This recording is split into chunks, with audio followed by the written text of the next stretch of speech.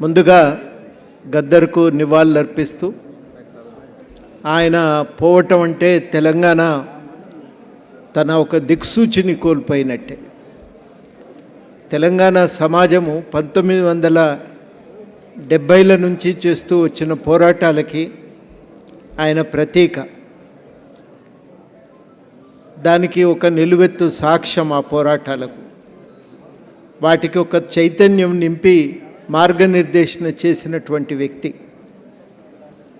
చాలా గొప్పగా జీవితం అంతా కూడా ఏ ప్రజాస్వామిక విలువలతో ఆయన ఉద్యమాల్లోకి ప్రవేశించిండో ఆ ఉద్యమాల పట్ల విలువల పట్ల తన నిబద్ధతను మాత్రం ఎప్పుడూ వదిలిపెట్టలేదు.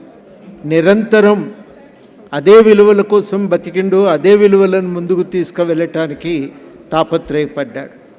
అటువంటి గద్దర్ లేకపోవటం పెద్ద లోటు ఇవాళ మన అందరికీ. చాలా పెద్ద ఎత్తున రాజ్యాంగంలోని ఆదేశిక సూత్రాలను, ప్రాథమిక హక్కుల గురించి ఒక ప్రచారం చేయాలి. అవే గనక అమలు కాగలిగితే భారతదేశంలో ఒక నిశ్శబ్ద విప్లవం సాధ్యమవుతుంది. వాటిని అమలు చేయించే దిశగా తన కార్యాచరణను కొనసాగించాలని నిర్ణయించుకున్నాడు.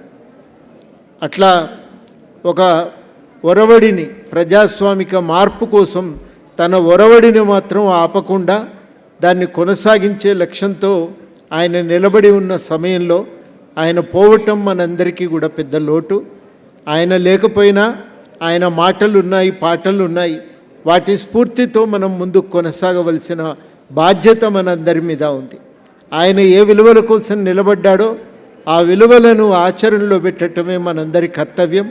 ఆ బాధ్యతను నెరవేర్చే లక్ష్యంగా అందరం కలిసి ఆయన కర్తవ్యాల్ని సాధించే దిశలో ముందుకు సాగాలని కోరుతూ సెలవు.